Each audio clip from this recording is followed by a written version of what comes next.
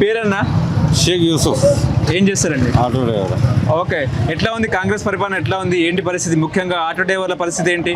Auto driver పరిస్థితి ఏముందన్న చాలా బాధాకరంగా ఉంది కదా. ఫస్ట్ బస్సులు ఫ్రీ అయిపోయిన తర్వాత చాలా కష్టం అయిపోయింది.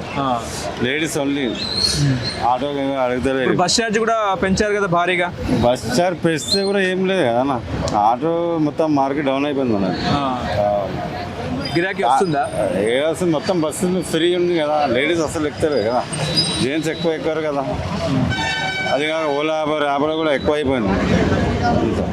ఇప్పుడు జూబ్లీహిల్స్ ఉప ఎన్నిక అంటున్నారు, షెడ్యూల్ కూడా వచ్చింది. ఎవరు గెలుస్తారు జూబ్లీహిల్స్ ఉప ఎన్నికలో? బీఆర్ఎస్ పార్టీ గెలుస్తుంది. ఎందుకు బీఆర్ఎస్ రావాలంటారు?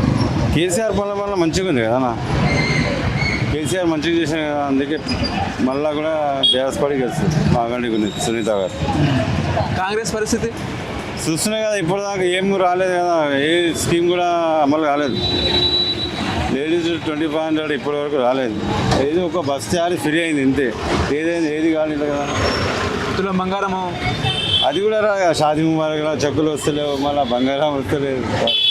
2500 అది కూడా వస్తలేవు కదా. ఇక్కడ నవీన్ యాదవ్ గెలిచే అవకాశం ఉందా? ఎవరు వస్తే కూడా గెలవాలన్న బీఆర్ఎస్ పార్టీ గెలుస్తుంది. కేసీఆర్ ఉన్నప్పుడు ఎట్లా ఉంటాయి, ఇప్పుడు రేవంత్ సీఎం ఉన్నప్పుడు ఎట్లా? కేసీఆర్ ఉన్నప్పుడు మంచిగా ఉండే కదా. ఇప్పుడు కాంగ్రెస్ వచ్చినప్పుడు కూడా కష్టం అయిపోయింది కదా. మొత్తం మార్కెట్ డౌన్ అయింది కదా. మాగంటి గోపినాథ్ గారు ఎమ్మెల్యేగా ఉన్నప్పుడు డెవలప్మెంట్ మంచిగా ఉంది. డెవలప్మెంట్ మాగంటి గోపినాథ్ గారు మంచిగా చేశారు డెవలప్మెంట్. ఇప్పుడు ముఖ్యంగా కాంగ్రెస్ పార్టీ పవర్లో ఉంది కాబట్టి ఇక్కడ ఒకవేళ కాంగ్రెస్ ఏం పవర్ ఉంటే కూడా ఏం కాదన్న. కాంగ్రెస్ నుంచి బీఆర్ఎస్ పార్టీ గెలిస్తే మళ్ళీ వస్తుంది. కేసీఆర్ గారు వస్తే మళ్ళీ బీఆర్ఎస్ పార్టీ కూడా గెలుస్తుంది. ఇక్కడ మన జూబ్లీహిల్స్ కాన్స్టిట్యున్సీ సునీత గారే గెలుస్తారు. మళ్ళీ బీఆర్ఎస్ పార్టీనే గెలుస్తారు. అంటే మీకు ఫ్రీ బస్సు డౌన్ కావడం వల్ల ఫ్రీ బస్ అని కాదన్నా, చాలా ప్రాబ్లమ్స్ ఉన్నాయి కదా. ఓన్లీ ఫ్రీ బస్ ఒక్కటి ఆటోది కాదు కదా. చాలా 12,000 ఎంత ఇస్తామన్నారు కదా. అది మొత్తం ఇట్లా ఏం లేదు. కాంగ్రెస్ పార్టీ చెప్పలేక చాలా మాటలు. ఒక్క స్కీమ్ కూడా అమలు కాలేదు కదా. తెలియదు ఏముంది. 2 months ఇప్పటి వరకు ఏం కాలేదు. ఇందిరమ్మ ఇల్లు వచ్చిందా మీకు? ఇందిరమ్మ ఇల్లు రాలేదు, డబల్ బెడ్రూమ్ ఏం రాలేదు.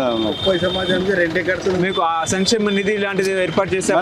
గవర్నమెంట్ నుంచి ఏం లాభం లేదు, ఏం కాలేదన్న మన ఆటో డ్రైవర్లకు. ఆరోగ్య భద్రత కార్డు కూడా ఇచ్చామన్నారు. ఏం కాలేదు. అది వైఎస్ రాజశేఖర్ ఉన్నప్పుడు ఆరోగ్యశ్రీ కార్డు ఉంది నాకు కూడా. దాని నుంచి ఆటో డ్రైవర్ల సంక్షేమ నిధి ద్వారా 1000 కోట్ల బడ్జెట్ కూడా కేటాయిస్తాం. ఏం కాలేదన్న. ఏమైంది ఆటో డ్రైవర్ గురించి అయితే ఏం కాలేదు.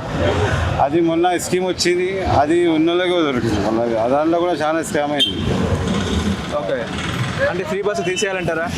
తీసేయాలన్నా ఫ్రీ బస్.